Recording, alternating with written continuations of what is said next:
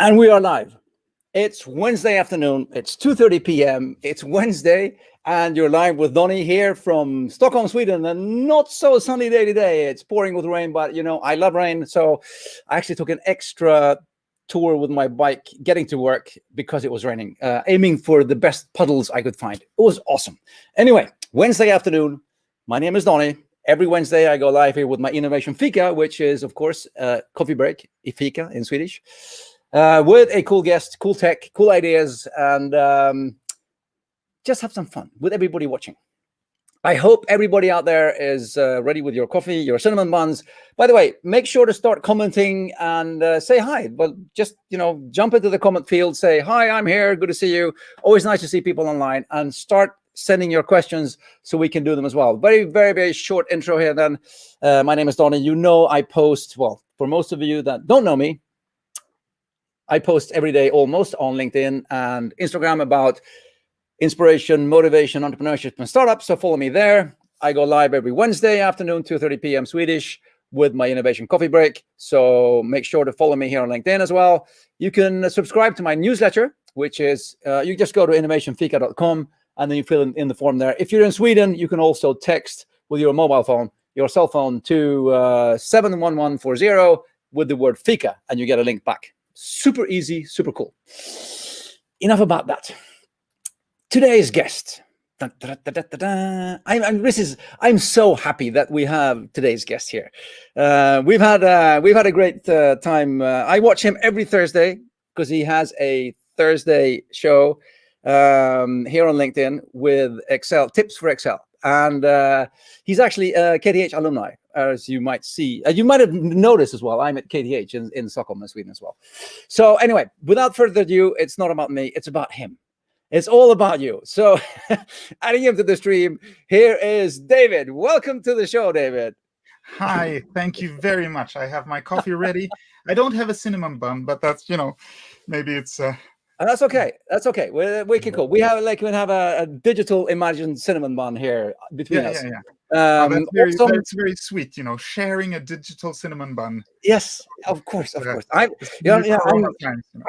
I'm so stoked to have you on the show, and I don't know where to start, but let me just start by saying to everyone that David Stravegard or Stravegard or Stravegard, whatever he might be called in English, is probably the best Excel dude, wizard person in the world. And he's been proving it by putting out some really, really cool Thursday tips. Every Thursday, torsdagstips here on LinkedIn. Yes. Maybe you're watching this on YouTube, but on LinkedIn anyway, there are Thursday tips with David. And I can actually show you something. Yeah, that's what it looks like. Torsdagstips med David Stravegard on LinkedIn. And of course, being such a wonderful, fun, and quirky person, David also has this thing for hats and for other, yeah, exactly. And I remember, and this is just a very short thing. I remember you telling me that you did a show once without the hat and without or out of the hat or tie, and the viewing rates went down completely. Yeah. It's all about the hat, I know. And here's a strategic move. I wore a huge. Yeah, sorry. No, I was planning to wear one today, but where do you buy your hats? Actually, eBay. Actually, yeah. Wow, They are the official hat supplier. It's funny because I ordered them online then from eBay because I have such a big head. It's a problem. I need to go to the extra large or XXL. Actually, the XL hats. Oh. Well, I'm from you'll be hearing lots of those today. Don't worry about that. Yeah. Don't worry about that. Okay. Anyway, so if anybody hasn't seen David before, here's a collection of hats and what he could look like when he does his different shows. So there's always, and that's very refreshing as well. And I love but tell me very shortly, how did you get started with this, Excel thing on LinkedIn? Yes. So I am a BI consultant doing database work, right? And I've had the big fortune to not be without assignments for most of my career. I have about 10,000 BI consultant hours in my backpack. So I've been working as a BI consultant for many years, and I've never been, without assignments. But then I was without a job or without a customer for a few weeks once. And I thought to myself, well, I should really tick the box of being a writer. I would like to be a writer. I would like to write a book. And so I did, or I started to. And I thought to myself, well, if I'm going to write a book about either Word or Excel, I really should, put myself on the map. So nobody knows who I am. So I need to make like I did a proper marketing plan for this book about Excel. And I chose Excel because I know a fair bit about Word and a fair bit about Excel. But I thought to myself, well, Word, everybody uses Word, but they start Word, you use Word, you close Word, and you go off doing whatever you should. Excel, however, it raises emotions, good emotions and bad emotions. But it's always, there and where there is emotions, there is like people get engaged. Mm-hmm. And if you want to be like strategic marketing yourself on social media, then you need engagement. So that's why I wrote Excel. Yeah. So that was actually the only reason for choosing Excel. I could have just as well have done the Word guy. I could have been the Word guy, but wouldn't have been the same. No. Excel is way more powerful as well. You can come much further with Excel, so you can develop much more. So it's more fun that way. But so I picked Excel, and I thought to myself, well, I should put myself on the map. So I recorded 5 Thursday tips, or 5 tips. I didn't even know they were Thursday tips at this time. And then I threw away the 2 worst, watching yourself on video, it's awful. You hear your own voice. It's scary. It's messy. It's out of focus. It's all of these beginner mistakes, right? So I threw away the 2 worst, and then I was done at Wednesday, fairly late at the evening, and I thought to myself, well, Excel, nobody's gonna watch a movie about Excel on a Wednesday evening, because then you're not in the mindset of Excel. Or if you are, well, then this tip might not be your thing anyways, because then you're in Excel when you're not at the office, and then you're a different kind of person. You mean if you spend your Wednesday evenings with Excel, you probably know the tips already. Yeah, exactly. So I thought to myself, well, I'll just upload it tomorrow then. And these masters of LinkedIn that sell huge, big, expensive courses about how to be somebody on LinkedIn and everything, they have explained to me that Thursdays are the worst day of the week. it's do whatever you want on LinkedIn Sweden, but not on Thursdays, because nobody's there. Well, it worked out quite nicely anyways, and here I am. I have done 154 Thursdays in a row now. Wow. 153. So, and I've never missed one Thursday. I've done it every Thursday since. That's amazing. Thursday. And that also got you voted to LinkedIn Profile of the Year 2020. Yes, I have the diploma right here on the wall. Yeah, and I can see the book. Yes. The book, that was funny as well, because, doing the videos about Excel, my first Thursday tips, I started to realize that writing a book about Excel is really complicated, because Excel is so, dry. That you need to, you can do a book with just screenshots and arrows pointing at this button makes the text go italic, and this button makes the text go bold and stuff like that. But that's a very boring book to both write and read. So I didn't want to do that. So I paused that book idea, because my videos were getting so much commotion anyways. But then eventually I thought to myself, well, I should write that book. So I did. And here it is. And this is actually your copy. I'm going to send this to you.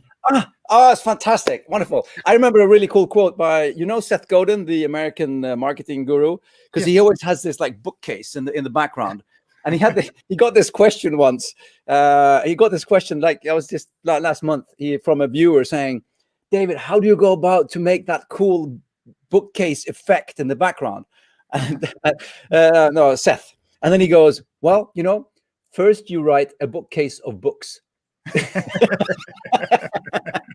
I was like, oh, okay, fine. Yeah. So, I mean, but it's good. You've started. You're Yes, getting there. Yeah. This is my first Excel book, and it's Yeah, it's tiny wonderful. and it's small, and it's Sure. easy to carry with you, and it's Yeah. it's I mean, a different kind of Excel book. It has almost no pictures of Excel in it at all. There are a few graphs, of course, but otherwise there is no like screen dumps, because you can it's probably more about the way to think. No, you can probably go to stravegard.se, and you can find more information about the book, and also you can also find all of your previous Thursday tips, right? Yes, exactly. I publish them on LinkedIn and on YouTube and on stravegard.se. Awesome. So, Cool. Well, you know, I thought now probably people are maybe waiting for us to do something with Excel or talk about Excel here. So, I mean, I want to be, I have an Excel sheet here that I see that. I printed. So if you're going to do any exercises on Excel, I can do it here.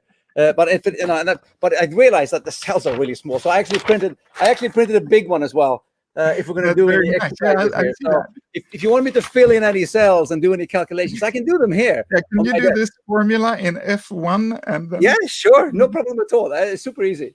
Awesome. Now that's cool. And also just to say hi to everyone out there, with Sabina is here, a dear friend of us. Your book is incredibly good, and you describe Excel in such a funny way. So thank you, Sabina, for that. I do have a tendency to do that to people. People start to like Excel when they watch my videos. I don't know if that's a good thing or not, but it's a great thing. No, but I think that you make it so accessible as well. Just a hi from Daniel as well. Hey, hi Daniel. Ready with his coffee. Hi Daniel. And of course Kate from South Africa. Also checking in there. So we have people. I think we have some people from the States as well. Maybe David Alto is online as well. That would be cool to see. Anyway, coming back to you and Excel and making it accessible. I enjoy your Thursday tips. They're short. They're to the point. And there's almost every Thursday there's something that I can use in my sort of like this last week was with the lists. You can make custom lists. So if I love that one. It's funny because when I hang out with people who knows a lot about Excel, and I watch videos about Excel, and I'm in multiple Excel forums and stuff like that. And whenever I see one of those small tidbits, I immediately see this is something for a Thursday tip or not. I can tell by just seeing it, because I want my tips to be very short and to the point. Of course, I want to do a little bit of marketing, so I'm always in the video in the beginning and in the end. But my videos are always maximum of maybe 3 minutes if I'm pushing it. The first year I did this, I had all my videos were less than a minute. So I don't have time to go into the stupid details of Excel. I can do that while teaching somebody Excel, or having an inspirational speak about Excel for a company or so. But in my tips, they are very short. They're to the point, and I want to teach something, like a small thing. Yeah. So if I throw in a little bonus tip inside, but usually I don't have time. So but let's do that one. The custom list one. I love that one. It's nice, because how you can write Monday, Tuesday, and drag in the corner, and you get the rest of the week. And this tip was about adding your own custom lists, where you can have like names or offices or cities that you always write down. Mm-hmm. And it's hidden. It's typical Microsoft, but it's hidden deep down into options, and you go to advanced options, and there is a list of options that's like a mile long. And if you change the wrong things in that list, Excel behaves very differently from before you change that setting. So you need to be careful.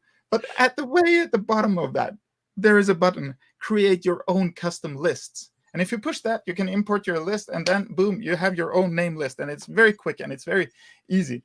But it's so typical Microsoft to hide it like under miles of junk. Yeah, but I mean, and for me, those are the kinds of tips that I like, because they make, everything that sort of makes things go a bit faster, and you don't have to do the 7 or 8 clicks or write everything down. I mean, like one of my totally favorite new keyboard combinations for Windows. I mean, I'm a Windows guy, right? Is the Windows button and V. So instead of Control V, you do the Windows button and V, and it gives you the clipboard of all of your clips that you've done. Yes. The last. I mean, it just makes life so much easier. It's marvelous. So, do you have any favorite tip right now, like in your? What I really like, and this is interesting because in some of those very nerdy forums, this might be starting a war. But I really like these spill functions. Excel has a new thing with spill functions that sort of a filter of data. You can write filter and add a part of a spreadsheet and tell Excel to filter all of the items in a certain way. And it spills over. It adds data to more than one cell. So that's why they are called spill functions. And these functions are very, very, very powerful. They are actually, and this is where the war would start, better than pivot tables. And pivot tables where you can twist and turn your data around and summarize it and multiply it. But these spill functions are actually more powerful than that. And whenever I'm out, doing a talk for a company or so, I explain about these functions because people seems to hate them. But it's because they don't understand what Excel is doing. And that's a bit unfortunate, because these are very cool once you get the hang of it. And I've actually had a few Thursday tips about them. And I'm going to do a lot more because they are extremely fun to work with. And you get much more control than from a pivot table. Okay. So those... Well, give it an example. How would we use... I mean, give me an everyday example. If I'm sitting here at work and I'm going to use a function like that, what would it be for? When would I use it? Let's say you have like a list of offices and the amount of sold items. And you would like to filter out all items sold in a certain part of the world, or in all offices that sold an amount more than 1,000 items or so. Then, of course, you can add the small arrows at the top of that list and filter it in the visual space of Excel. But if you need to do it in a machine way, so you can summarize them and work with them further along, then you could use this filter function. Then you go into an empty cell and type equal, and then filter, and then add your area that you want to filter, and then you add the criteria that you want to filter by, and then you get your list. Cool. I mean, in a sense, I mean, Excel is a database with an interface to make queries to a database. Yes. But you don't have to use Access or anything else. I mean, this is like an Office version of a database thing, right? Yes. And that's being a BI developer. I see that I treat Excel differently than some of the nerds that I hang out with, because they come from like a CFO perspective or a economics perspective, and they work with how they develop their formulas in a different way. I come from a straight database perspective. Yeah, to me it is a database. So you're right on the money there. For me, it's a visualization of data. So yeah. From Kate here, of course, a question: can you make a drop-down box with Excel? I'm going to say, sure, you can. I don't know how to do it, but I'll say yes. I'll leave it. Yes, you can. What that question is can you make the user? Can you prevent the user from writing anything in a cell? Can you make the user select from a list of things? Okay. So what you do is you go into Excel, you go into data, and you go to data validation, I think it's called. There's a button. I can check it out. I've got my sheet here, so I can actually use this here. And within that, I'm gonna look it up here immediately. Sure. Yes, data validation, And if you push that button, you get a dialog box where you can select either that the user is allowed to enter any value into a cell, or just an integer, a number without decimals, or like a date or a time, or just a text with a certain length. You can limit whatever the user is able to write into that cell. But there, you also have a list as a possibility. And if you choose list, then you add the things that you want the user to be able to select from in that dropdown. And it's fairly easy once you see this dialogue. I think you'll get the hang of it. So it's definitely possible to do. Awesome. Thank you. I mean, and I'd say, I mean, for everyone, I'd just say, I mean, follow David on LinkedIn, because these Thursday, if you know Swedish or are interested in learning Swedish, because I do these. Well, you know, I bet you there's translation things going on, and I wouldn't be worried about that. And if you turn the sound off, you can see what you're doing, and most things are self-explanatory. So you go to David's LinkedIn page there and follow me, follow him. Follow me as well, of course, but follow David.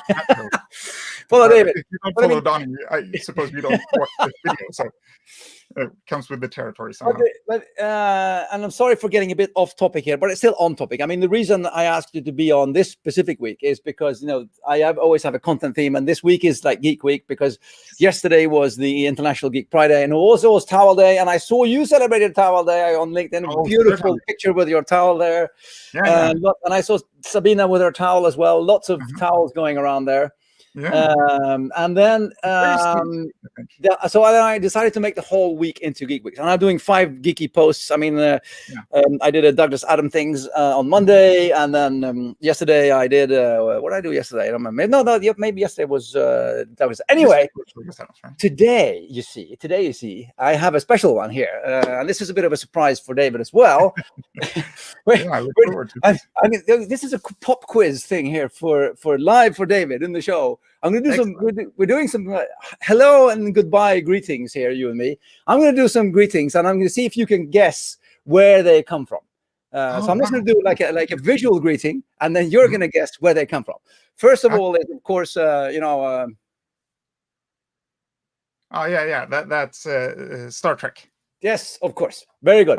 It's Mr. Spock from Star Trek. Okay, wonderful. Moving to a different genre, or not a different genre. How about this one? Oh yeah, that's the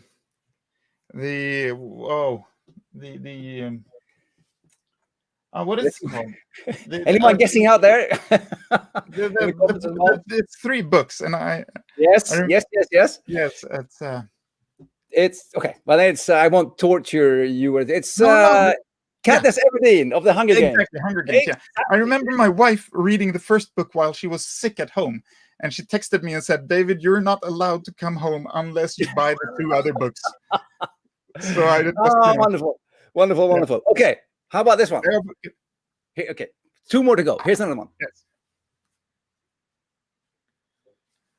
Oh, this reminds me of Conan the Barbarian. It could be, but it's a newer one than that. Okay.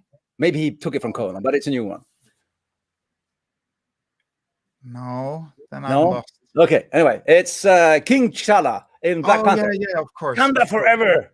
Naturally, yeah. It's too new for us. It's too new for us. And then, of course, today for us. What are you saying? Are you? For me, not for you. But then you should know that. Okay, how about the last one? This one. And that's actually in today's LinkedIn feed as well. And I'll say Nanu. Oh. This is a hard one. That's a hard one. This is my childhood, all right? This is Mork from Ork. It's Robin Williams' first TV show.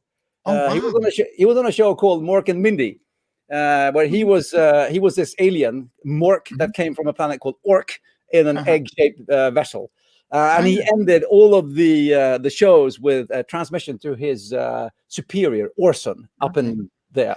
And then he ended all with, and his hello and goodbye thing was nanu nanu, and we twisted his ears.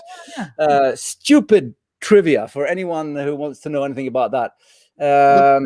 Cultural reference somehow. And just to go, I mean, I'm really getting nerdy here, but going into depth, Mork's character was actually birthed on another show called Happy Days. You remember anybody? Yeah, because he was in one episode where you got Richie Cunningham on the left and Fonzie on the right? Yeah. And he was in one episode when they dreamt about aliens, and he did so well on that episode that they made a whole show about it. So there's some crazy, stupid trivia for everyone. And of that's why we watch your live shows. I love the comments here from one from Linnea going, I knew that. Oh, look at that. Yeah, she's with the heart. She knows a lot of things. And Sabina going, Black Panther! Yay! Oh, awesome. Thank you. Oh, darn it. I blew that one. And she, you know. Oh, that was fun. No. But anyway, back to you and back to the show about our fantastic Excel words. You, as always, we always have 3 tips from our guest to leave everyone with. So as we end off the half an hour, we're getting half an hour already. Whoosh, just like that. Time flies. David's top 3 tips. And I'll let him explain them. Number 1 is know your audience. Focus on your audience. This has to do not only with, you know, who is going to receive this Excel sheet that you're working on. Are you going to send it off to somebody? Does that person understand what you're doing?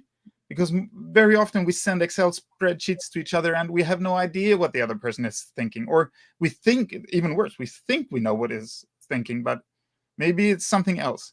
So please focus on your audience and you know, write the little story, tell something about what you have done, because it's easy to document while you're there and doing your calculations. And also with graphs, whenever you're designing a graph, think about who is going to watch this graph, who's going to read this graph, who's going to, you know, try to consume whatever you're trying to tell with this graph. It's very important. And I talked a lot about this in my book, actually, about how you should think about graphs and what you actually are wanting to you know, focus the reader's attention to. Yeah. You have a lot of power when doing graphs, and you should think about your audience there. That's the first time I've ever heard, I mean, and this is really good. It's the first time I've ever heard actually somebody say that, don't forget that Excel is, in a way, also a presentation tool. Yes, that's a brilliant tip. Thank you. Wonderful. Sure. Number 2. Yes, cells are free. That's one of those things that people quote me on saying. That's one of my, you know, cells are free. You know, whenever I get, you know, I get people calling me up and asking me, can you take a look at this Excel thing that I have that doesn't work? They are never, you know, it's not like they have one formula in one cell and then they have another formula and then they expand and expand and expand. They're always trying to cramp everything into one little tiny cell, like huge formulas, like this big formulas. And if you do that, it gets complicated and you mess things up, or it's easier to mess things up. And cells are free. There's like 1 million trillion of them. Use 2 if you want to, or 3. It doesn't cost you more. So divide your calculations up so you can see each step. You can follow the steps along and see, what did I do here? What did I do here? How did I think? And write the little column above it, maybe. Explain what you're doing. Yeah. So you can understand it yourself half a year later when you open that stupid file and want to watch something. That's one for me, because I can never remember what I've done. I mean, that's so just adding commentary and actually documenting what I'm doing as I go along is a brilliant one. Yes. Tip number 3. Document your thoughts. There you go. There you have it. Just, you know, write it down. The cells are free. You can write down what you were thinking, because maybe you think to yourself, well, there is no audience.